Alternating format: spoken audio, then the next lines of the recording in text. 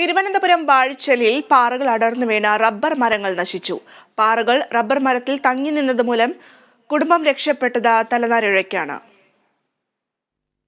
വാഴിച്ചൽ സ്വദേശി അശോക് കുമാറിന്റെ പുരയിടത്തിലേക്കാണ് കൂറ്റൻ പാറകൾ അടർന്നു വീണത്. ചാറ്റൽ മഴയെ തുടർന്നാണ് റവന്യൂ ഭൂമിയിൽ നിന്ന് പാറകൾ താഴേക്ക് പതിച്ചത്. 50-ലധികം റബ്ബർ മരങ്ങൾ നിലംപതിച്ചു. പാറ മരങ്ങളിൽ തങ്ങി നിന്നതിനാൽ വൻ അപകടമാണ് ഒഴിവായത്. അമ്പൂരി പ്രകൃതി ദുരന്ത സമയത്തും സമാന രീതിയിൽ പാറക്കൂട്ടങ്ങൾ വീടിനുമേലെ പതിച്ചിരുന്നു.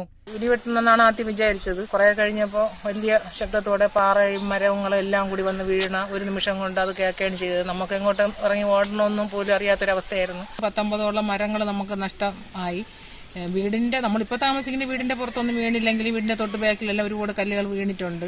അതിന് തൊട്ടടുത്ത് 4-5 വീടുകളുണ്ട്. എല്ലാവർക്കും ജീവിക്കാൻ ഇവിടെ ബുദ്ധിമുട്ട് തന്നെയാണ്. 10-25 വർഷം മുമ്പ് ഇങ്ങനെ ഒരു സംഭവം ഉണ്ടായി. പാറ ഇതേപോലെ ഇളകി വന്ന് ആ വീട് മൊത്തം തകർത്തുകൊണ്ട് വീട് മൊത്തം ദേഹത്തൂടി മണ്ണെല്ലാം പതിച്ച് അങ്ങനെ ഒരു സംഭവം ഉണ്ടായി. റബ്ബർ മരങ്ങൾ നശിച്ചതോടെ ഇവരുടെ ഉപജീവനമാർഗം ഇല്ലാതായിരിക്കുകയാണ്. കാലവർഷം ശക്തമായാൽ കൂടുതൽ പാറക്കഷ്ണങ്ങൾ വീടിനുമേൽ അടർന്നു വീഴുമെന്ന ആശങ്കയിലാണ് കുടുംബം. അധികൃതർ ഉടൻ ശാശ്വത പരിഹാരം കാണണമെന്നാണ് ഇവരുടെ ആവശ്യം. Kerala vision news, Thiruvananthapuram.